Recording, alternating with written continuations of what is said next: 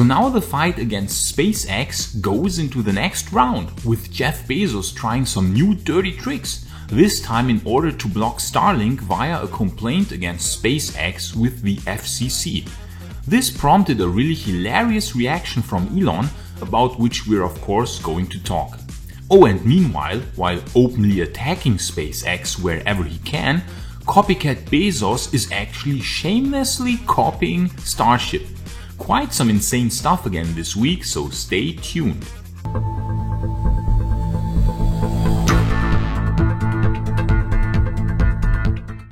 Oh man, just when we thought we had a bit of time again to talk about some other topics. But no, Jeff Bezos' aggressive behavior just doesn't seem to stop.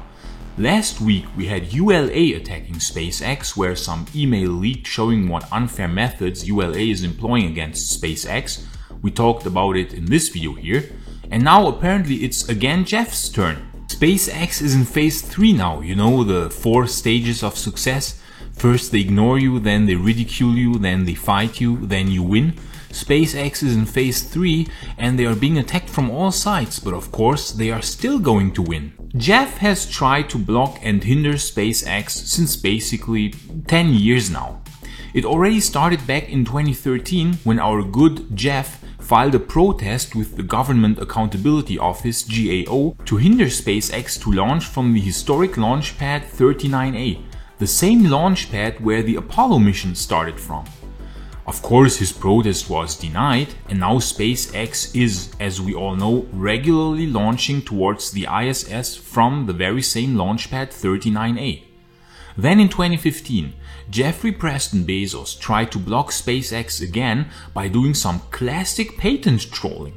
Namely, he wanted to patent sea landings, and thus SpaceX would be violating a Blue Origin patent by landing on a seafaring vessel. Of course, he lost again, and SpaceX has been doing successful sea landings for years now, while Blue Origin has not even performed one single sea landing.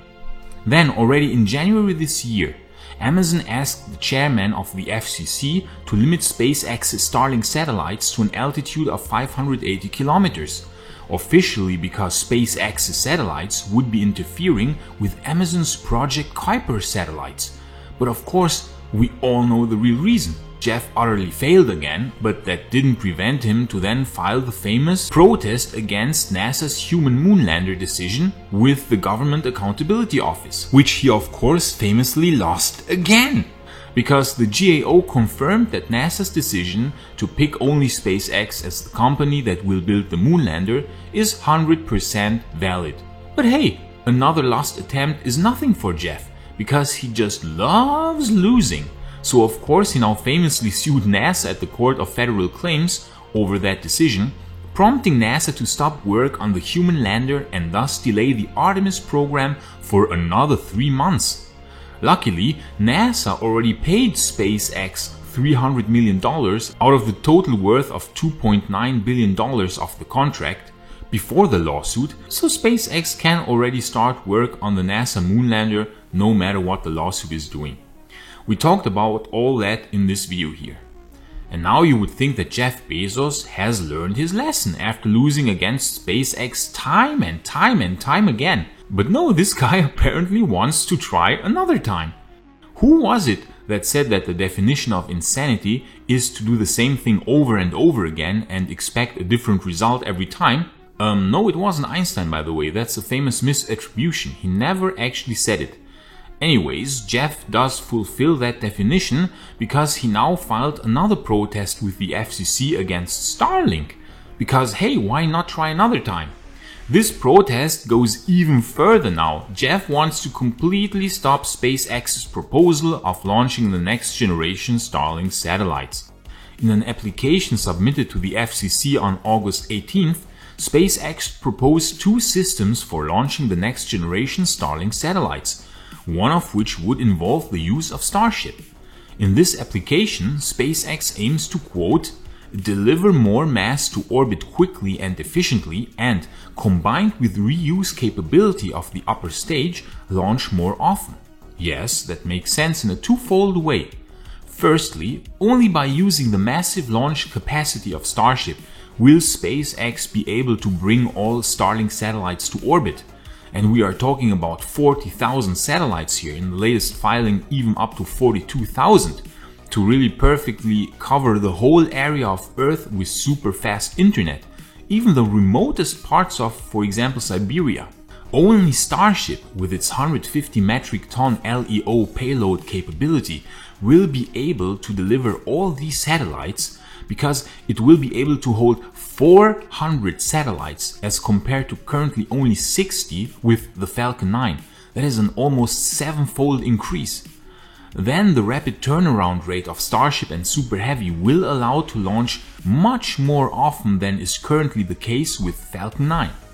Then secondly, and we'd say more importantly, launching many Starlink satellites with Starship will allow SpaceX to validate Starship and Super Heavy, to make it so utterly fail-safe and correct all possible bugs or mistakes or things that could go wrong, so that when Starship and Super Heavy then finally launches humans, the error quote will be extremely low and hopefully zero. Starship and Super Heavy must be ultra safe by the time humans will be launched by the mid-decade, so what better way to thoroughly test Starship and Super Heavy than giving all people on this planet internet? But of course, copycat Jeff Bezos doesn't like that, because of course his Kuiper constellation, an inferior copy of Starlink basically, would of course be too late to the game. Don't forget that Amazon has not launched even a single Kuiper satellite yet. Not a single one. So this week, Amazon's satellite subsidiary Kuiper Systems, which is building the aforementioned competing project of Starlink, filed a complaint with the FCC urging the agency to deny SpaceX's new proposals. Quote, SpaceX's novel approach of applying for two mutually exclusive configurations is at odds with both the Commission's rules and public policy, and we urge the Commission to dismiss the amendment, wrote Mariah Dodson-Schumann, Corporate Counsel for Kuiper Systems.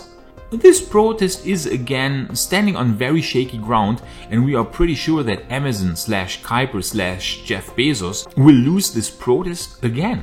I mean, they should first even launch a single satellite to orbit. How about that?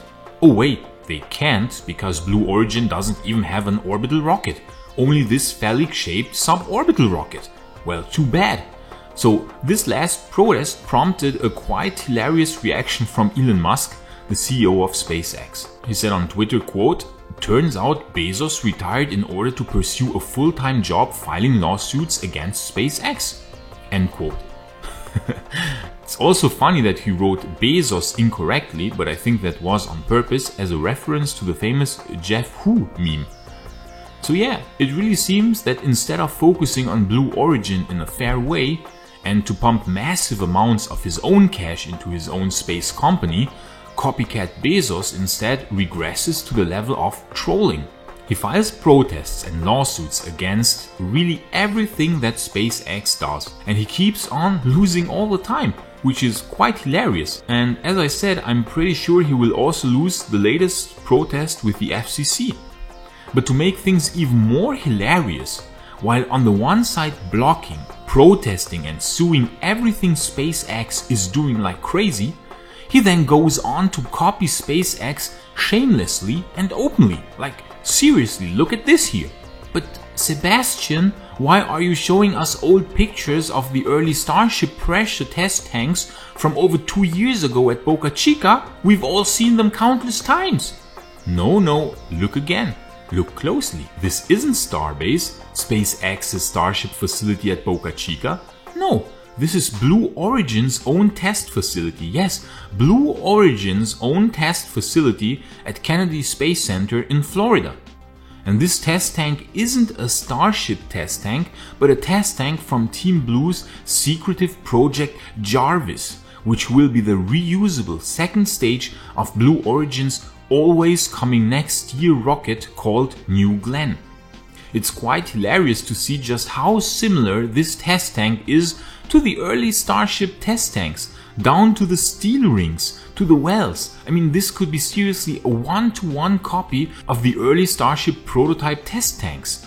This is just super hilarious, coming from a guy that files lawsuits, protests and whatnot against SpaceX, but then he shamelessly copies SpaceX in all frivolous openness. This of course again prompted a quite funny reaction from Elon. I think the reaction says everything. You know, it's no problem to copy SpaceX. Actually, we dare say it's currently the smartest thing any rocket company, business or launch provider can do. The Russians are starting to do it now with their Project Amur, a rocket that looks remarkably similar to SpaceX's Falcon 9. The Europeans are trying to do it with their Project Themis. And of course, the Chinese copy SpaceX, as this quite hilarious render movie that surfaced in China is showing. I mean, it shows something insanely similar to Starship and Super Heavy, right down to the animation style. Or Relativity Space with their version of a mini Starship Super Heavy rocket called Terran R. So many are trying to copy SpaceX, and that's a good thing. Because we need competition, and it would be nice to see someone coming even remotely close to SpaceX. Because remember, first there was only the iPhone, and true innovation in the smartphone business only started after Samsung and other companies entered the market. Or electric cars, for almost 10 years it was only Tesla, and just recently some new companies or old legacy companies started entering the electric car market, thus also forcing Tesla to become even better.